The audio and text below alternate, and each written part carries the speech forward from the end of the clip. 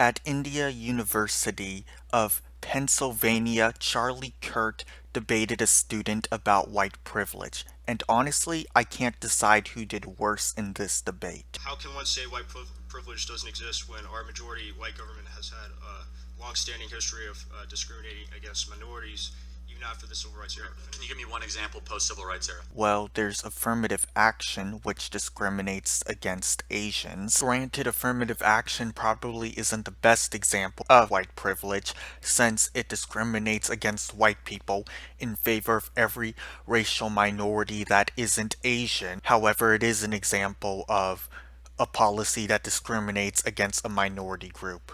So, just thought I'd bring it up. Well, there's police brutality. That's another. Which is something all racial groups have to deal with. Yes, black people are killed at a higher rate per capita, but that's because they commit more crime per capita. Police brutality. Okay, so give me a statistic behind that, because there's a lot that's there that's not well known. Because African Americans, they say, well, African Americans make up the majority of the prison population, but they also commit a majority of the crimes. And they also live in urban areas where the most crime happens. They're actually under-incarcerated per capita, per individual, versus their dispersion in America. The percentage of blacks in the prison population would be more relevant to the discussion of if there's systemic racism in the court system, since that's what determines if you go to jail. It's irrelevant to the discussion of police brutality. Because of socioeconomic imbalance. Correct, I agree with that. Yes, has nothing to do with race. You just admitted it has everything to do with socioeconomic conditions and nothing to do with race. You just admitted it. It has nothing to do with their black. It has everything to do with that they're poor. Race is deeply tied to socioeconomic. No, it's not. Yeah, why yes, are Asian Americans the most rich people in the country? They're the richest people in the country.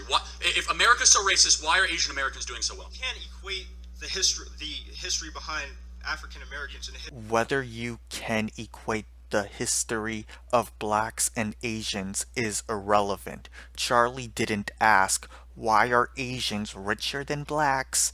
He asked, why are Asians the richest people in this country? For the sake of argument, I'll accept the premise that even though Asians were systemically discriminated against by policies like the Chinese Exclusion Act and Japanese internment camps, that wasn't as bad as slavery and Jim Crow as to why Asians are doing better than blacks. Under this premise, you'd expect Asians to be doing better than blacks, but not as well as whites financially, since whites are the one group that hasn't faced historical systemic discrimination in the US. But Asians financially are outperforming every group in the US, including white people.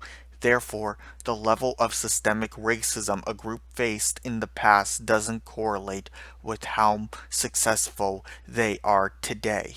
You could make the argument affirmative action discriminates against white people, but it also discriminates against Asians. So the one law that systemically discriminates against white people also discriminates against Asians. So even when taking into account affirmative action discriminating against white people under the premise that how much a racial group was systemically discriminated against determines how successful that group is, you'd still expect white people to outperform Asians. You're right, Asian Americans had it much worse in the 1940s than African Americans. We put them in internment camps. Yes, Did we put blacks in internment camps in the 1940s? Answer the question. Did we put blacks in internment camps in the 1940s? I think he was talking about systemic racism in the US's past in general, not just specifically the 1940s. We didn't put blacks in internment camps. Yeah, we put Asian Americans in internment camps. However, blacks have still underwent like certain like oppressive.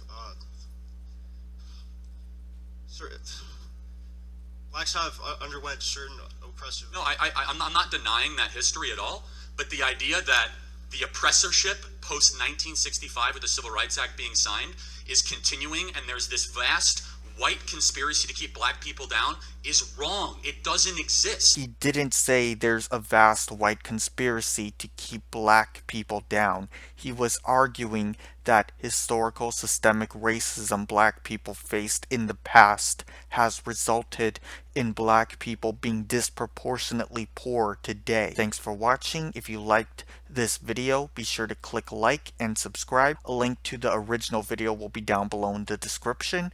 And if you disagreed with anything I've said, be sure to leave your wrong opinions down below in the comments. Bye.